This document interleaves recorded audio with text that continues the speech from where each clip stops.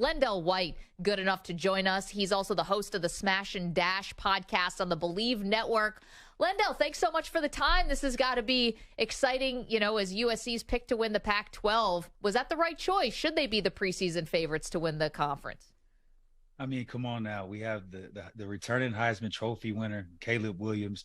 We got Lincoln Riley. We have Mason Cobb, Dorian Singer. The list goes on. But, of course, we should win the Pac-12. They have a pretty good Oregon team out there and a pretty good Washington team. And you cannot forget about Utah. But, yes, my Trojans should be number one, and I think we'll dominate this year. Okay, LenDale, last week. I gave you an easy one there, LenDale. Well, I got another easy one for you. 2 weeks ago, rather, we did a list. It's list season. We're doing the greatest college football team in the last 30 years. And I'll tell you, of course, USC was in the mix, but I might have convinced Maggie to put 95 Nebraska ahead of them. And then the 01 Hurricanes were also in that mix. So make the case for USC. Well, honestly, I grew up watching Tommy Frazier and those guys in Nebraska, so I know they were studs. I also watched, what's the guys, Frank Gore, McGahee, and all those guys down there in Miami. So I'm a big fan. Even DJ Williams is one of my good friends still to this day. But if I have to say the best college football team of all time, of course, it'd be 2003, 2004, and 2005 Trojans. We just dominated for so long. We had back-to-back Heisman Trophy winners. We played in 3 straight national championship games. It was just ridiculous, the stuff we were able to do at that time. So I would definitely put my team first. LenDale, I was telling some of the young guys in the office who might not have been there about the time that Pete Carroll did a prank and threw a dummy of you off the roof. That sounds crazy, in the era of TikTok and everything. I'm not sure you could get away with that. But were you, when that all came about? Are you kidding? They should bring it back. Yeah. But when that came about, was anybody like, I don't know if this is a good idea, or was everybody, let's do it? Yeah, no, we were all in, all hands on deck. He actually called me and Reggie up there, and he wanted Reggie to do it first. But everybody, knowing the dynamic of the team, people probably wouldn't believe Reggie like that. So they turned everybody. It was like, maybe LenDale should do it. And, at the time, it definitely seemed like a great idea. Like you said, now we probably would have got all kind of, backlash for it. But I think they should be able to pull pranks off like that. And it was a lot of fun for us. It brought so much joy to the team once they realized what kind of fun Pete was having and stuff. So to me, that was probably the best prank of all time, going over the roof, but not really going over the roof, hearing all the team like gasping for air and stuff. And then when they finally see me, the relief they had, it was unreal. Oh my God. You guys have to do it again, LenDale. Bring it back. You, Pete Carroll. I mean, let's do this. LenDale White is joining us. He's a host of the Smash and Dash podcast on the Believe Network. He does it with Chris Johnson. Of course, you guys shared a backfield with the Tennessee Titans. We'll talk about the running back position because that's gotten a lot of attention this week in the NFL. You're shaking your head already. But one more about USC and about Caleb Williams. Now, you played with 2 guys who did win Heisman's, and as for Leinart, came back, came back to campus. What is Caleb Williams like? What's he in for here? Because we talked to him last hour, and he's not he's like, oh, everything's the same. It's fine. I just won the Heisman. What's in store for him this year? Well, the thing about Caleb, and this is crazy because I got to meet him last year before all of this happened, right when he got to USC. And one interesting thing about him, I swear to God, guys, he showed me a thing on his phone, and the first thing I've ever seen on his phone was that he was going to win back-to-back Heismans. So to see that, and then he won his first one, and now he's going into the chance to win his second one.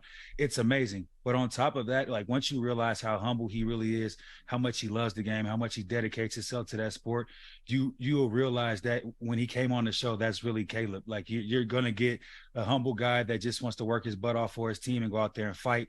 So obviously the people on campus, the girls and the teachers and everybody, whatnot, they're definitely going to treat him like a star because there's no way you can't. But I think that the way Caleb is set up, you're going to have a genuinely humble guy that's going out there ready to compete and get his second Heisman Trophy winner. See, Perloff, I told you, he doesn't just want to be the number 1 overall pick. He wants to be a 2-time Heisman. Come on, LenDale. He seems to be a little bit focused on being number 1 as well. Well, it's not hard when you got a guy like Lincoln Riley that has put out, 2 number 1 overalls in the last 10 years. And, you got a guy like Caleb coming out. Lincoln is kind of made for success when it comes to that. So I think if Caleb just takes care of what he needs to, Lincoln Riley will put him in a great situation for him to win that Heisman and then to be drafted first overall for sure.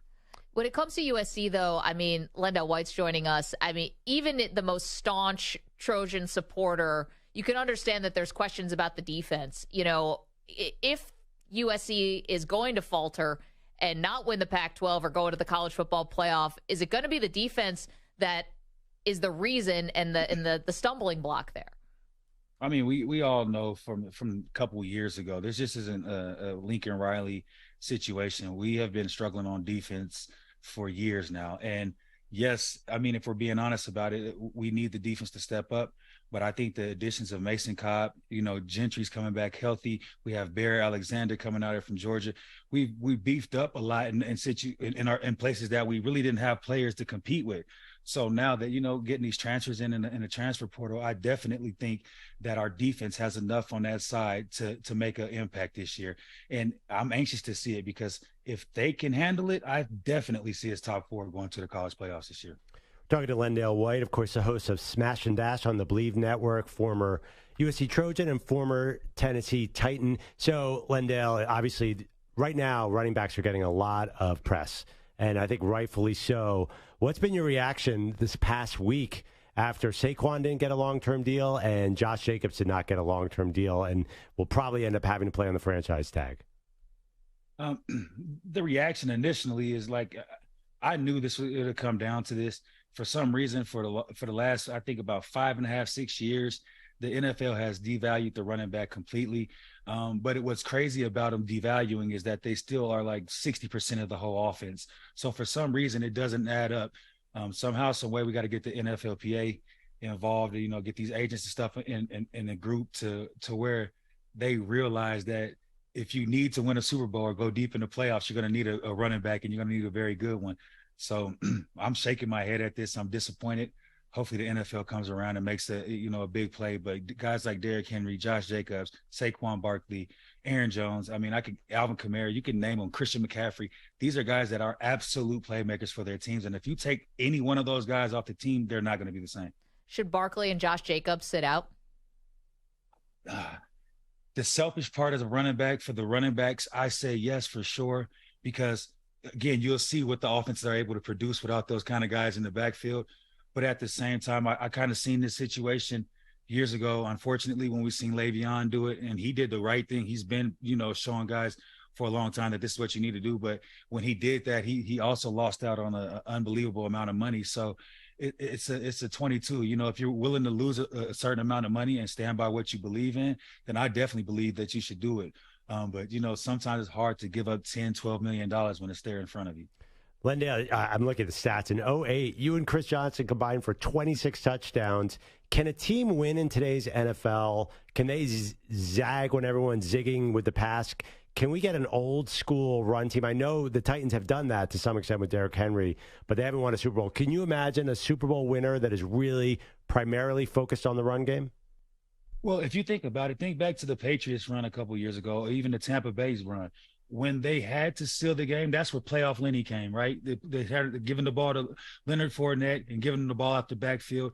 Sony Michel down there with the Patriots, he came and had an unbelievable run with the Patriots for that year, sealed the deal for Tom and those guys. So to me, it's like, if you just look at the playoff football and understand what it is, it shows you LeGarrette Blount, you know, for those years when he was with the Patriots and then he went up to Philly. Like, when you have a guy that can seal the deal at the end of the game, what's the guy's name? Damian Harris. There's so many guys that when you think about it, the receivers aren't making the plays at the end of the game. It's a guy that's going to, you know, with 8 in the box, he's breaking the tackles and he's going to seal it.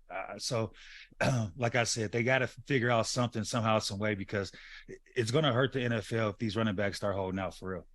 Well, now the Titans have DeAndre Hopkins, so that's going to be interesting. Yeah. We'll see about that. You got to be excited. I mean, got the prayer Finally, hands up. We gave up AJ and we got D-Hop, so I'm happy about that. There's been a knock on us when we get older receivers, though, with Tennessee in their 30s. When it was Randy, we had Andre Johnson, we had Julio, and they haven't had success. But I think DeAndre is a different guy and is still in a different prime in his prime right now. So hopefully, you know, we can get the ball to him and he can make big plays. LenDale White, can't tell you how much we appreciate this, LenDale. Obviously, USC, everyone's excited as they are the preseason pick to win the Pac-12. Got to take a listen to the Smash and Dash podcast on the Believe Network.